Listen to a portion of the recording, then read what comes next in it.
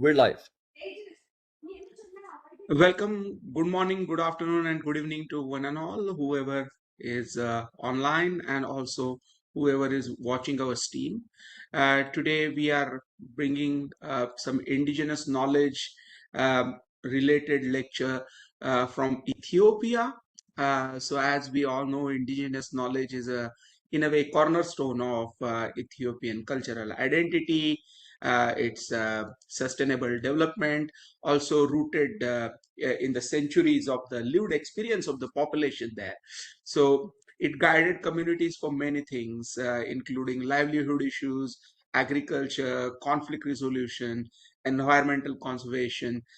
So Ethiopia's diverse ethnic group have preserved this knowledge typically through oral traditions, as it happens with many ancient countries, and also now there are some of the customary institutions, cultural practices, and these topics are studied in the university. So indigenous knowledge has not only safeguarded that nation's cultural heritage, but also has offered some practical solutions, which will be very interesting for us to study. These solutions are from the perspective of, say, food security or climate change or even conservation of the biodiversity. So recognizing this interesting integrated indigenous knowledge, we have a wonderful speaker today. He is a director of the cultural studies and research center at University of Ambo, which is like 100 kilometers away, or maybe 60 70 miles away from the capital of Ethiopia. His name is Dr. Samuel Leykun. He's a researcher in the linguistic department at the University of Ambo, and he's a linguist. He holds a PhD in language, linguistic, and literature from University of South Africa, a master's from the Ambo University, and BA in linguistics from the Ababa University. So, without further ado, I'll request Dr. Samuel to start his lecture. Thank you for the opportunity. This is Dr. Samuel Leykun from Ambo, Ethiopia. So currently, I'm working as you said as a Director General for Research Center in my home university, named after a giant poet, laureate Sagai Gabramaden. So my title is all about indigenous knowledge. As you all know, Ethiopia is a land of origin. Ethiopia as a land of origin, there are tremendous indigenous knowledge in Ethiopia, especially in relation to peace restoration, soil keeping, soil climate change, and so many things. My focus is on peace restoration, which highly give emphasis for the Oromo indigenous knowledge. Oromo is among the large ethnic group who live in East Africa, in Ethiopia. So from this community or ethnic group, there is one system that is Gada system. If you Google what is Gada system, you may get a definition in relation to administration, in relation to political activity, and so on. But with this research, which I'm going to present for you today, is a bit different because the information or the data which I got from my informant clearly state that the system or Gada system is the life of Oromo community, is a day-to-day activity. It is not only politics, it is not only peace, it is not only economy, it's not only social, it's life of the community. Politics is there, economy is there, social well-being is there, harmony is there, peace restoration is there. Everything is under the umbrella of Gada system. So, for instance, in Gada or Gada system, there is a system in which you create or you restore peace. We call it Potu Ufe. Potu in Afan Oromo means let you come. Ufe means I came. When peace call for you, let you come, It is not human being who call you, it is peace who is calling for you. So when peace call you, let you come, quote, you need to come without any reason, because it's not the human being who is calling for you, it is a peace. The power of peace in this system is above any power. So we need, without any precondition, without any justification, without any reasoning, when someone call for you to restore peace, you need to come and come to consensus and make a dialogue with any party, any individual, or any institute you are working with, or you are going to create a peace with him or with her. This is a way in which among, or known among Oromo, to create a peace. This is well known, especially called Churufe, is known in eastern part of Oromia regional state or eastern part of Ethiopia, as well as southeastern part of Ethiopia. So in this process, when it may be it's conflict may come to exist, because we are human beings, discomfort, or so many things, human being as we live together, the conflict may come to exist, especially among the rural area, conflict of the border land for plots, conflict of when they send for the cattle to collect food, so there might be damage of the cereals of the other. So due to these reasons, conflict may come to exist among the tribes, among the ethnic groups, among the different parties. So they call to the elders. The name of the elders is known as Abagada, or father of the Gada. Like I say at the beginning of my presentation, Gada is the system. So these elders are known as Abagadas, which means father of the Gada. Their name is father of the Gada, which means they are considered as the highest authority for the system. No rule above them, or no one is responsible above these individuals or Abagadas. Their age is more than 32, below 40, because it is age-based hierarchy, authority hierarchy, because every 8 years this system, one Abagada become an Abagada after 8 years. So he served for the 8 consecutive years. So they call, or they talk to Abagada. The Abagada call for these two parties. So when they call the two parties, no one denied the call from the Abagadas. Literally, when I say Abagada, consider as elders, aged or elders, live in the community. So they call for peace, they call for harmony. Like I said at the beginning of my presentation, no one can deny, no one, if he is able to deny without any justification, so he is going to be discriminated from the society. He can't get a firewood from his neighborhood. Firewood in a rural area means maybe it may not give a sense for a modern nation like Europe and America, but you can't get firewood from your neighborhood means you are socially neglected. If anything happened to you, if someone died from your home, no one is going to cooperate for the funeral ceremony. If cow, ox, or anything feel sick, or something went wrong in your house, no one is responsible. No one is going to help you. So they know that they are going to discriminate socially. So to be in the harmony, to be in the society, they do accept the call from their Bagadas. No option at all. When you reach the stage The stage is known as Kotu Dufe, like I say. Kotu, come, Dufe, I came. Kotu Dufe system is a platform in which the participants from both sides came to exist without any faults in their hearts. It is because if they came with something fallacy, something unreal things in to the platform, they know they came with their ancestors.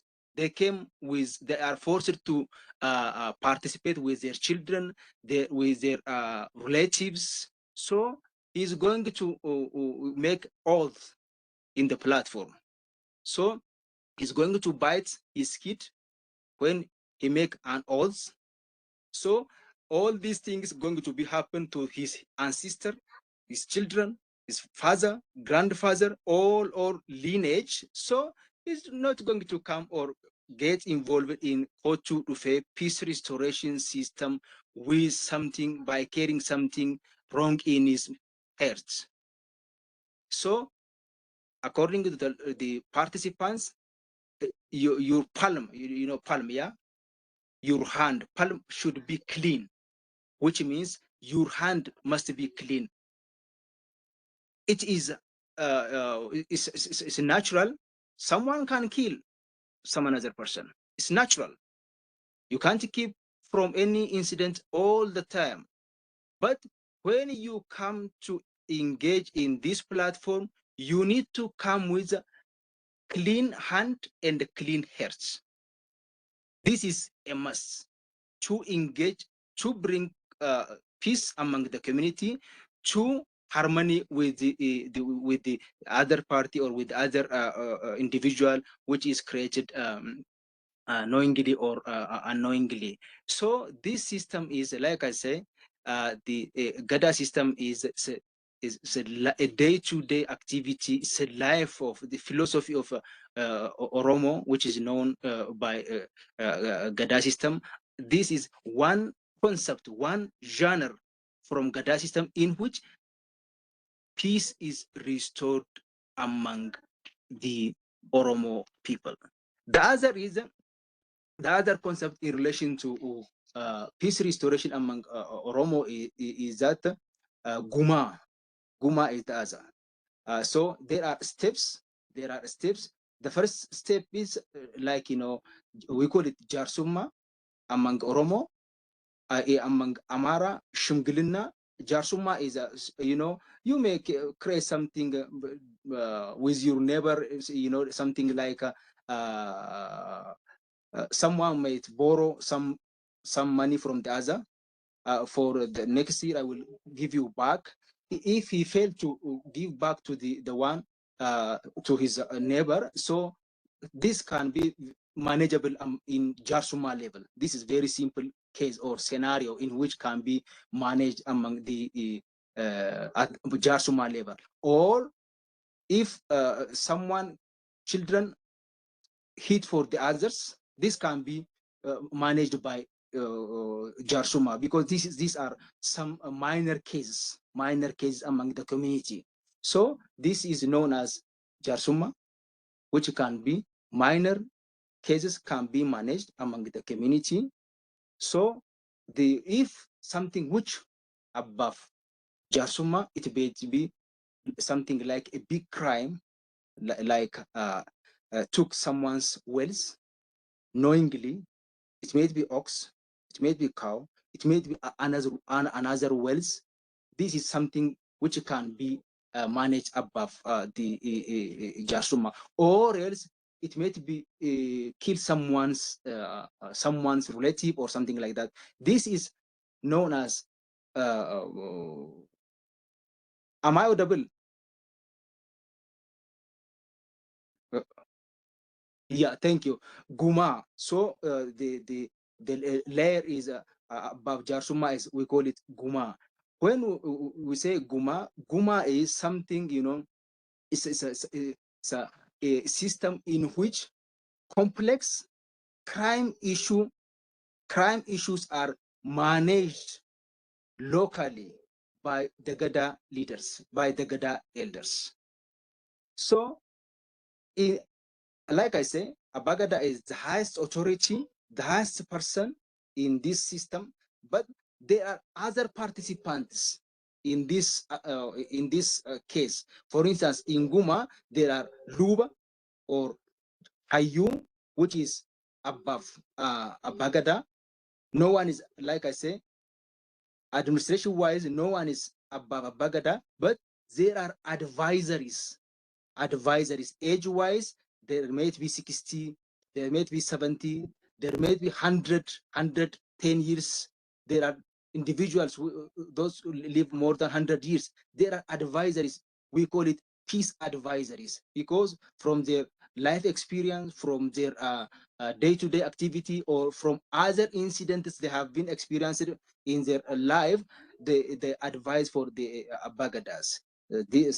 So they say, for instance, in the case which I've recorded in West Shore zone, I already recorded the audio and the video. The case is the one person tacitly killed the son of the elder son of the other person because of this land, land grab. So by then they said that we managed. The issue was because from the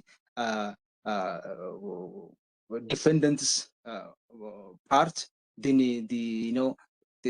in Africa, I don't know in Europe or in America, in other countries, but in Africa, lineage, the number of lineage is play a significant role. So my name is Samuel. So is my lineage is strong or weak? So this is very important. If someone believe that it's very weak, something can happen easily to me. So whatever the case, whatever the scenario is, this platform is equal for everyone, for all human being, for human being. So so this case was managed due to the father who lose his son. Was the lineage is not as such strong, but the payoff, the equal. Actually, the human life is not. You can't bring it back, but they manage it well. So the video is with me. Actually, I will share with the video too. So the elder Luba, we call it Luba or Hayum, was served as an advisory, for these Abagadas to create or to restore peace among the ethnic group. So this is one hierarchy, one step to create peace among the Oromo. The other is, like I said before, this ICHRRF is known in the part of Ethiopia, especially around Hararge and the southeast part of Ethiopia too. So this is known for it is creating peace among the ethnic group. So in Oromia regional state, focusing in western part of western part of Shwa administrative, peace restoration using or the role of indigenous knowledge in peace restoration is vital. The role of indigenous knowledge, the role of local knowledge, the role of cultural wisdom, which is found among the Oromo in creating peace, is really very important. So this has been, this system has been tried to used in curriculums. For instance, if we take ICHRRF, last time I myself, after the finding of the research, what we did is, we try to switch this finding to play, to scripts, theater scripts. So for almost 1 year and 2 months, we changed to the finding into the theater, and it has been on you seen in the Ethiopian National Theater for about 14 months, every month, once in any month. So these are some points which I want to raise in relation to peace restoration in western part of Ethiopia, focusing in West Shore zone among Oromo regional Oromia regional states. So if something needs clarification, I'm ready to react on it. So I thank you. Yeah, thank you, Dr. Samuels. This is really interesting, and this is interesting to know about Abagadas and the indigenous culture there, and the way in which the local governance is managed by the community through its organic and traditional cultural processes. So this is very interesting. I have one quick question before I open it up to the audience for their questions. And as Carl Clemens has said, that please type your questions in the chat box. You did mention during our informal conversation before this particular talk regarding your contributions to the United Nations and UNESCO. Will you please elaborate about that? What these multilateral forums are exactly trying to study, and how you are contributing Thank you. So this platform is not only sharing knowledge and experience, skills actually, so it's good to share experience too. Our institutes every year, actually 4 years back, there is a country director called Dr. Yomiku here in Ethiopia. I met her in person in her office is in Ministry of Education to collaborate, because I'm in charge of the position as a Director General for Cultural Studies. UNESCO is more of about culture and education. So we made a wonderful contribution with her, especially in having in our institutes to open theatrical and the music departments. So by then, this is by the way before COVID. So before COVID, so by then COVID came to exist. Everything, as you know, changed. So she left the position, but we still the types or partnership continues. So every year there is a call which is organized by UNESCO. It's a sustainable development 2020 2024 to 33, a decade sustainable development on culture and indigenous knowledge. So through Dr. Yomiku, I got the call and applied to contribute, especially in relation to indigenous knowledge in Ethiopia. So good experience in Barahat civilization in India, Aksumite civilization in Ethiopia. So these are their root is indigenous knowledge. So what I did is, what is the role of indigenous knowledge, not in Oromo among Oromo, in Ethiopia, especially for the modern science and the technology. So I shared this experience to the audience there. I got the opportunity to be a speaker in the parallel sessions in a UNESCO international conference in Paris. So what I got from the international conference is create another partnership with participants from different corner of the world. But what I did is just share the role of Ethiopian indigenous knowledge for the modern civilization, for modern civilization. Interesting. Thank you very much. What I'll do is now I'll hand it over to Carl Clemens for the question and answers. There are some questions, I think, in the chat box. Over to you, Carl. Sure. Anybody else have questions? Please post it in the chat box. I'll start with a couple of questions that I had, Dr. Leykun.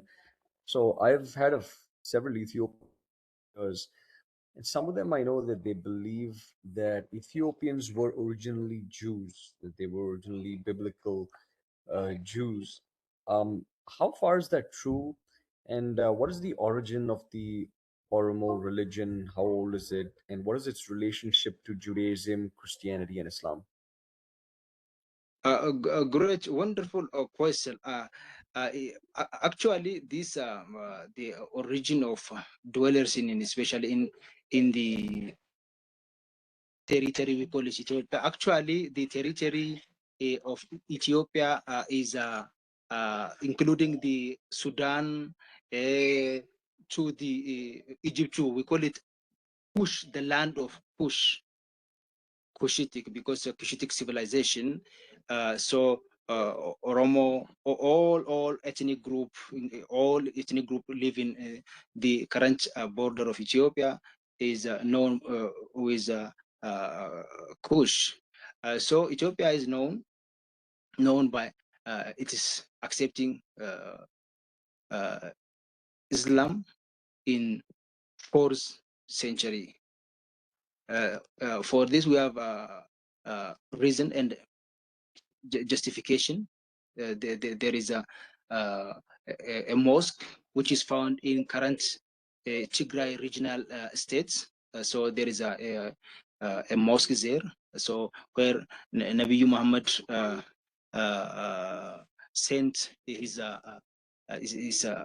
messengers to Ethiopia and got and accepted by Ethiopians. Regarding the Christianity in 1st century, there is also for this, especially in relation to the Solomonic dynasty from Jewish, sent the half of or the cross from Israel. So the half of the cross is currently found in Ethiopia. So these are the justification which I can present it here now. So even though the Ethiopia is the home for all religion, not only Christian and Muslim, Oromo is known with the region Waaqeffannaa. Waaqeffannaa is believing there is only one God. So the religion is known as Waaqeffannaa. So not only the Islam, not only Christian, so there is also indigenous religion system. We call it Waaqeffannaa. So this is something I want. This is what I want to say. Am I answer your question or no? I am not sure.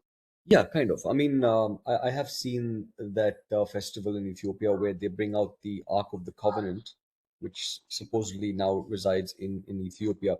But what is the relationship exactly between the Oromo religion? How ancient is it, and what is its relationship with Judaism, or is it part of the Waaqeffannaa? Is it a branch of Waaqeffannaa, or is it sort of tradition? Do you know?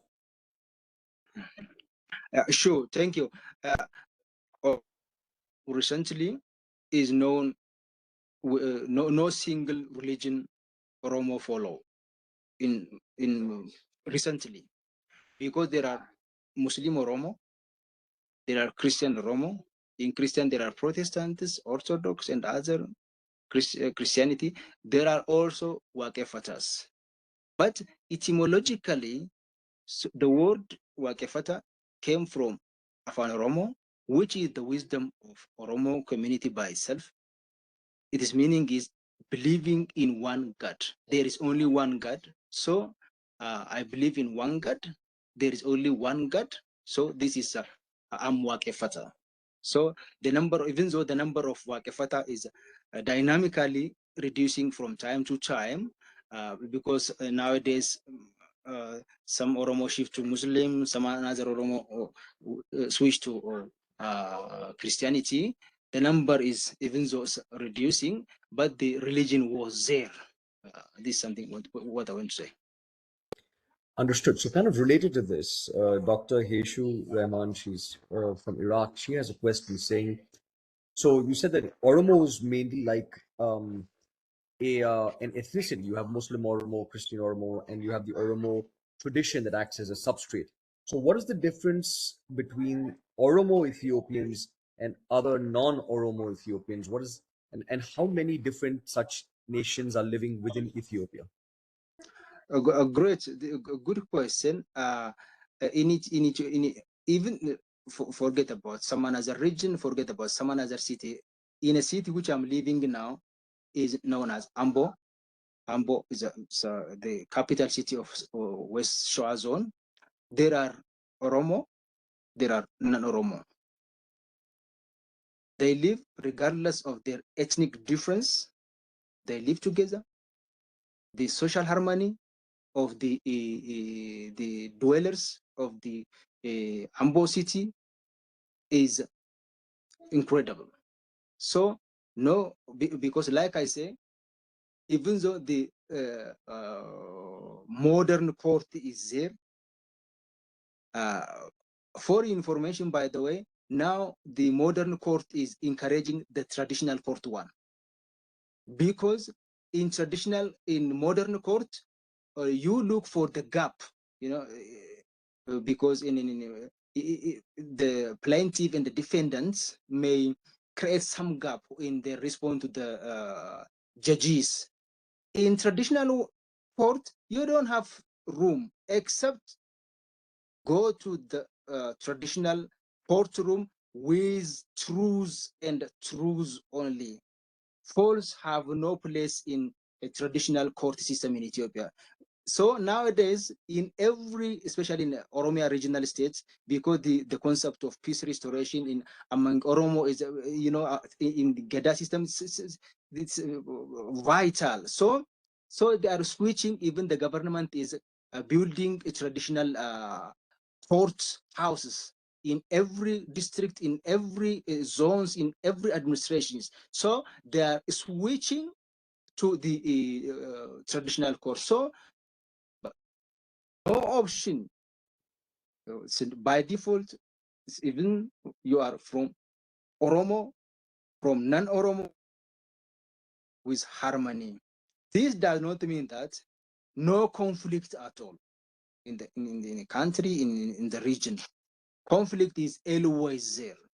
So so when such conflict came to exist using this traditional, I think as to me, it is a bit late to introduce or to work on the revitalization of this indigenous knowledge peace restoration.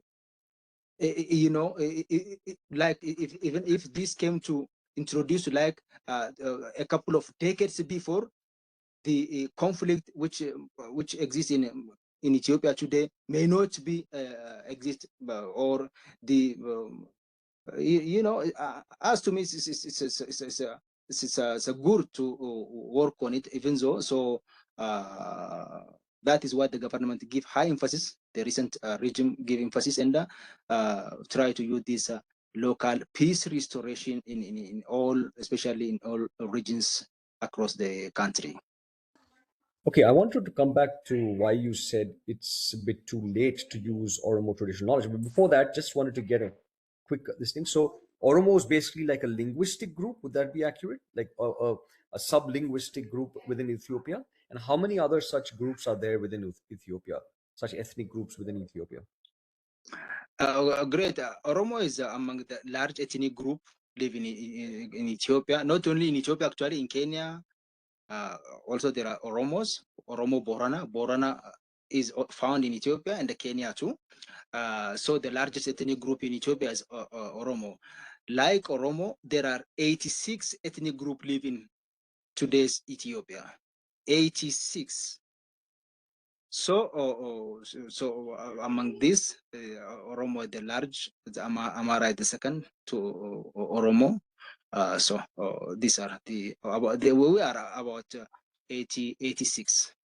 Even though there are endangered language, endangered ethnic group, there are some of the ethnic group are 5. Even I myself conduct research on Opo, like when I was a master's student, Opo community, which is found in both Sudan and Ethiopia. There are about 800. So now they are about 200, or even less than 200. So we count this as one ethnic group. So so we are about 86 ethnic group in Ethiopia. I see. But and you said that Oromo is the largest ethnic group within Ethiopia. One thing I've noticed that all my Ethiopian friends, if I ask them their language, they say it's Amharic. Is Amharic the language of the Oromo ethnic group, or is it of a different ethnic group? And why was that chosen as a sort of a pan-Ethiopian language? Uh, yeah, Amharic is like I said, it's second to Oromo, the largest ethnic group in Ethiopia. Even the national language is also Amharic too in Ethiopia. So the federal working language actually in our constitution is a federal working language. So the recent regime tried to switch this or add some language now into 5, including Afan Oromo, Tigray, Afar, and the Somali. Amara is also, like I said, another ethnic group, but it's not similar with that of Oromo, because Oromo is from, linguistically speaking, is from Cushitic one. Amharic is from Ethio-Semitic or Semitic one. So even though in demographically the Oromo people are are a bigger group, the Amharic language gained sort of supremacy as far as governance is concerned. Is there a reason for that? Is there some kind of an urban-rural divide, or what is the reason for that? Sorry, say it again, please. Say it again. So even though numerically the Oromo group is the largest ethnic group, but still the language, the Amharic language, gained supremacy as far as the government's governance is concerned. How did that happen? Why, even though Amharic is not the largest group, how did it become? How did it gain dominance? Sure. The reason why Amharic took the supremacy is that the Amharic has been used actually before Amharic is in a Solomonic dynasty or through different dynasty. Ge'ez was then the national or the king language or used in in government system. Next to Ge'ez, Amharic took over. Again, Amharic, like Ge'ez, it is a Semitic language. So they switch from Amharic. So if you take Emperor Haile Selassie, again Mengistu, so many kings and presidents rule Ethiopia for several years, use Amharic as the administrative language. So due to this reason, Amharic is among the popular, even in today's, like I say in my presentation, this is a federal working language. Recently, in our constitution, Amharic is the federal working language. So it's a federal working language because of these reasons. But when, as a linguist, I myself as a linguist, Oromo is the largest ethnic group in Ethiopia. Period. No doubt for that. Understood. So I wanted to bring you back to what you mentioned about it perhaps being too late to use Oromo. I'm trying to use a parallel example here. In the Caucasus, I've been reading about this. In the Caucasus, um, in the northern Caucasus, the part that's still under Russia, there has been a massive swing back to traditional religion because over there the same nationality is often split between Christian and Muslim, and there used to be a lot of conflict. But now both the Christians and the Muslims, they keep their Christianity and Islam, but they're kind of moving towards their traditional roots, and over there they find reconciliation and peace. Do you see something similar happening in Ethiopia as well, where Ethiopian Christians or people of Islamic faith, they find peace and reconciliation by going back to their common indigenous traditional roots? Definitely, because time, it may take a time, even to introduce a new concept. There is Irecha. Irecha is a annualist, a kind of Thanksgiving ceremony celebrated at the beginning of New Year. So in September, we usually celebrate Irecha to thank our God. So in July August are considered as a foggy season in Ethiopia. So it's the ones September is usually considered as a light season. So when the flowers are ready, we call it daisy. So when they are ready, it's a season of hope, prosperity, and so on. So every year at the beginning of the year, we celebrate Recha ceremony.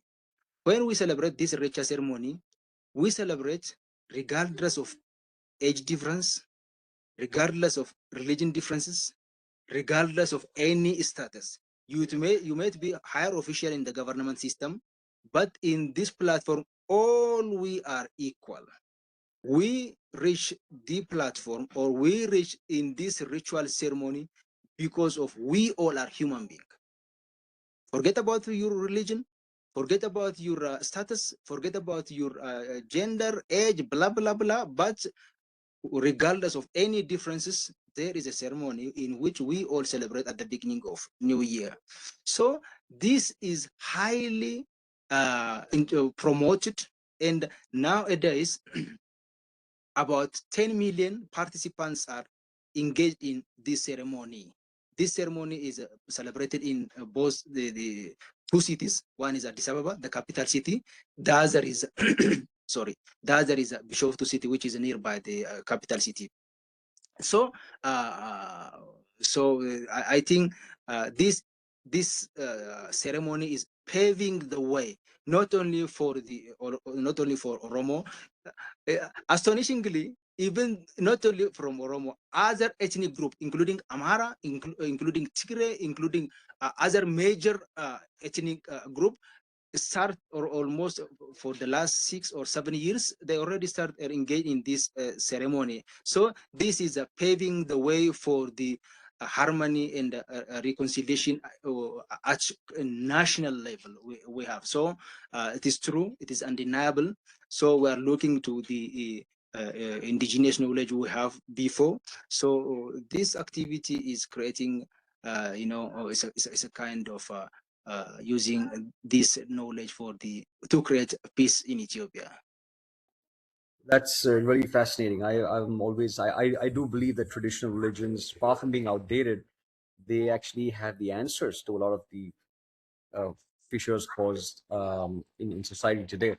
Now, with this increasing role of Oromo traditional religion as a national kind of religion in Ethiopia or that area, um, do you see also a revival of the religious aspect, the spiritual aspects of Oromo, or is it mainly the social and ethical aspects of it as well? Is it is it just like the is it just a cultural thing right now, or do you also see a more Oromo spirituality kind of experiencing a revival in Ethiopia?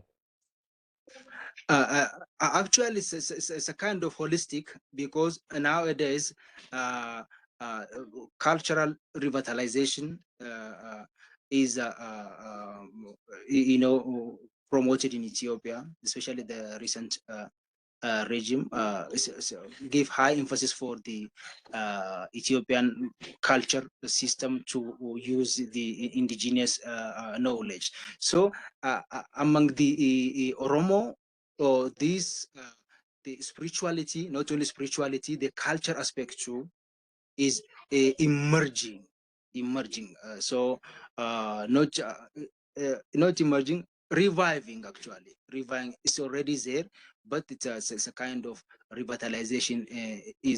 So I myself, my master's thesis title is documentation and the description of Irecha ceremony among Shwa Oromo. Shwa Oromo is it's a central part of Ethiopia, which is live in the central part, including Addis Ababa and the Addis Ababa area. So all these things show that the use of this system, or reviving of this system. So I completed this thesis, in 2012 Gregorian calendar.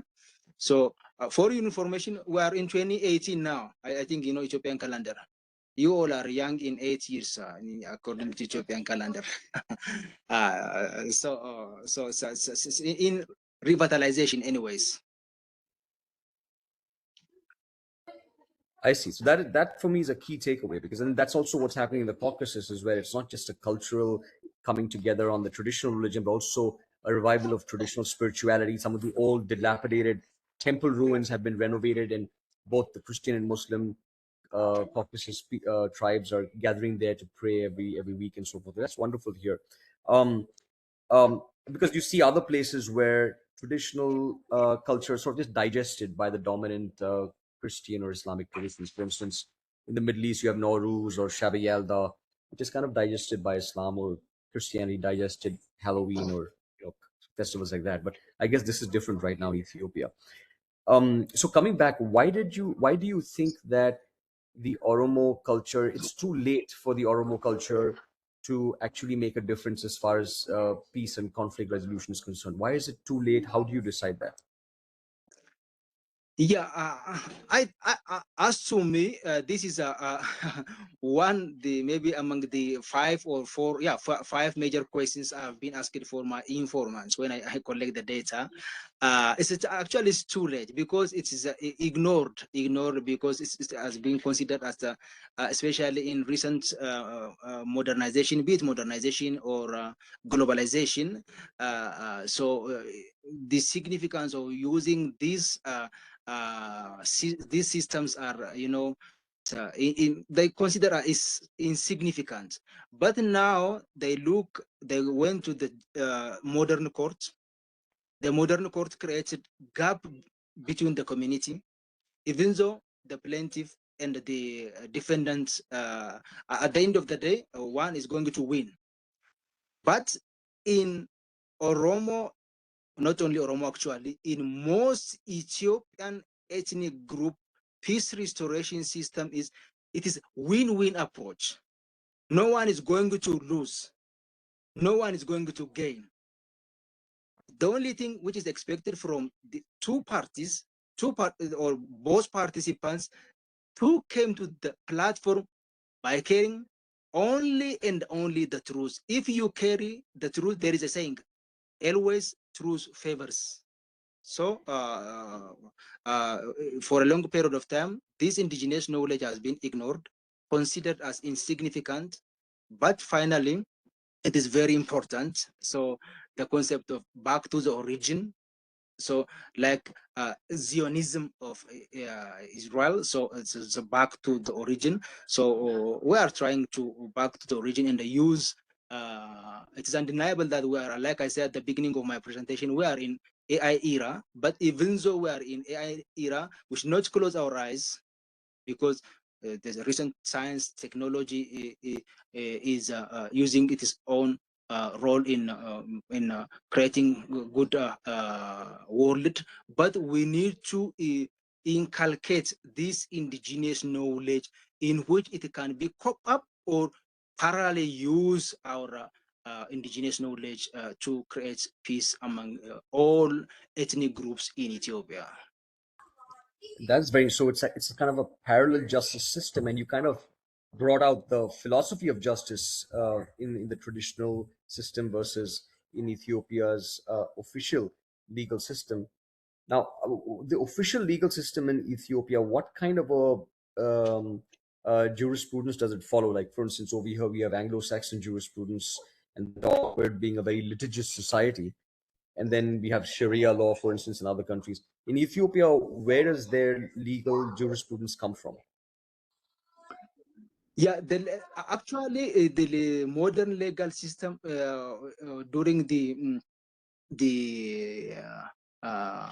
an attempt, as you know, the other thing which I want to, I'm sure you know, Ethiopia is the only uncolonized country from Africa.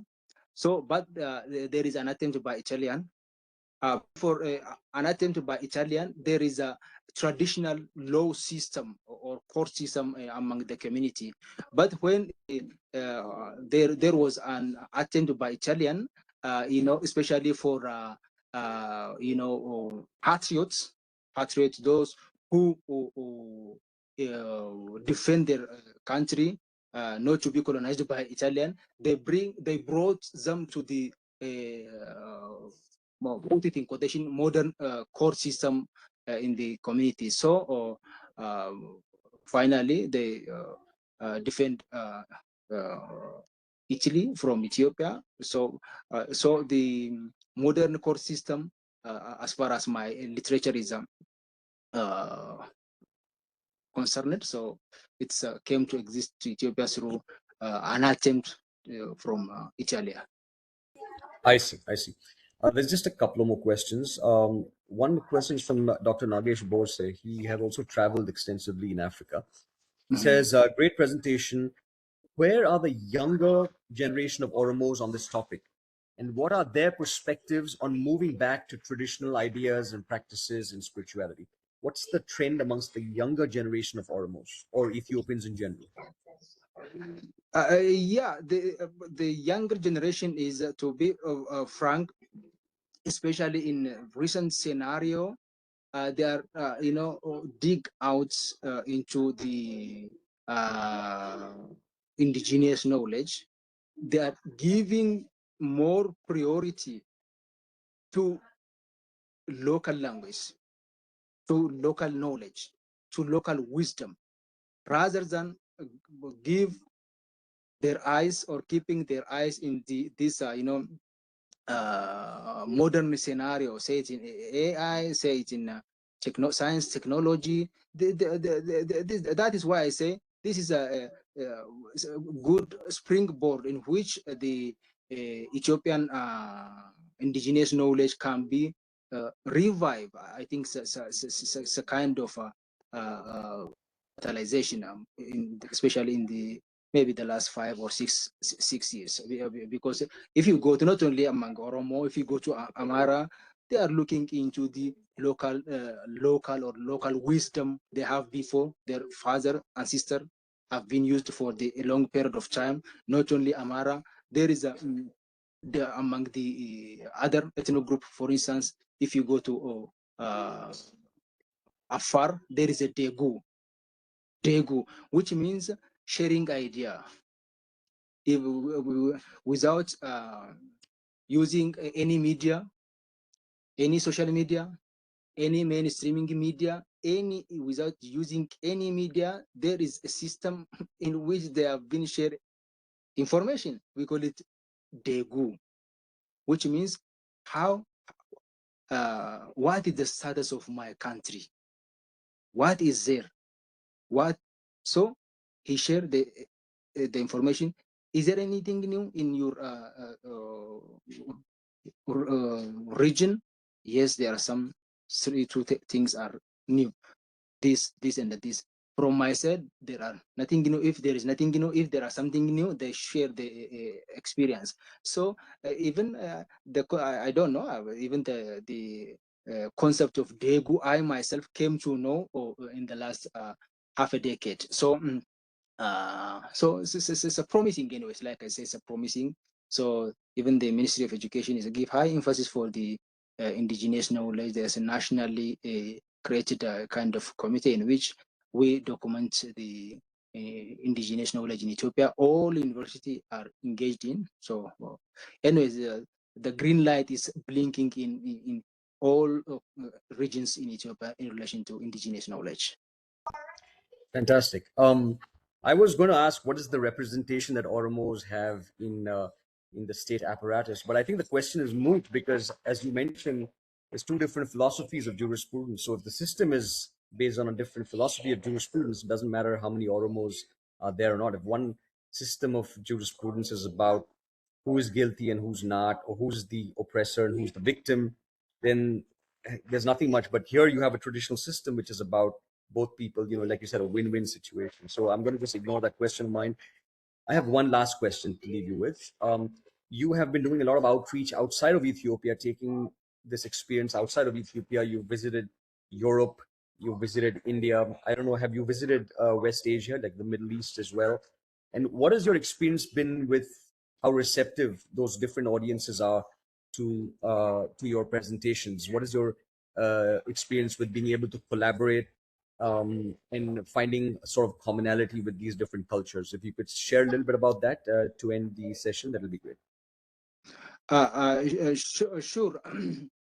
Personally, I believe in partnership actually, because there is a saying in English, share the problem is shake the problem. So the more we share the problem, the more we shake the problem. So to do so, partnership is very important. We need to create a partnership with any institute, with not only institute, with any person, with any individual in any part of the world, because in another world there is a new concepts, something which is maybe miracle for me. So in Africa, in Asia, there are new concepts. So we need to share all these things. For instance, if last time I was presenting the civilization and Bharat or India, Bharhat civilization and Ethiopian Aksumite civilization. So the techniques which has been used, especially in if we talk about especially India, uh, actually it may take half an hour to talk about that. So I'm happy that through my literature there is high indigenous knowledge in India, especially for instance. I was in India in February 26, 27, 28. Even the higher official from the Modi's office, he used to reach uh, uh, Oman using woody made pots. So without using any metal, using their own indigenous knowledge, they reach Oman from India to Oman. This is not created overnight. This is a knowledge which has been used by Indians for a long period of time. This is a wisdom which has been used by Bharata's civilization in India. So we need to expand, we need to respect the wisdom, the thought, the knowledge, indigenous knowledge in any part of the world, and we need to share this knowledge. And if you came to Ethiopia, there is no such scenario because Ethiopia is a landlocked country nowadays. But in relation to peace restoration, there are miracle systems in Ethiopia. So we can share what is in other part of the world. And so I came to know this indigenous knowledge in Bharat civilization when I got the opportunity to engage in the international conference at Guru Gasidas Visual Vidyalaya University in collaboration with International Center for Cultural Studies India. So I myself as a person in charge of the position and responsible for culture and indigenous knowledge in Ethiopia in higher institutes. I'm very happy to collaborate with any institutes as an institute level, or personally I can cooperate to collect some data, to write some reports in relation to my field of expertise. So I thank you. Thank you very much, Dr. Samuel Leykun. We would definitely like to collaborate with you here at ICHRRF. We can publish reports or papers or even a book together. Also, next year, not this year, but next year around September, we will have our next annual conference here in the Washington, D.C. area. We hope to see you here as well. I'm sure you'll have a very receptive audience amongst our friends.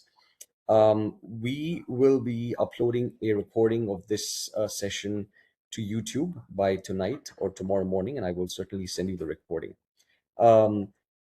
Dr. Yashodhan, did you want to say a few last words in thanks, and then I can end the recording? Yes, I think the vote of thanks are in order, and we would like to thank Dr. Samuel for his contribution, and thank you very much. It is very interesting, in fact, and it's great to know that you are collaborating with multiple institutions, including institutions such as ICCS. We also at ICHRRF, as said by Carl Clemens, would like to collaborate with you, would like to learn more about this region and especially its cultural traditions. And so I think we are thankful to you, and thanks for your time. This is just a beginning. We'll continue our collaboration with you, and looking forward to hosting you for the conference next year, and also looking forward to drafting some reports with you. Thank you. Thank you so much. Thank you.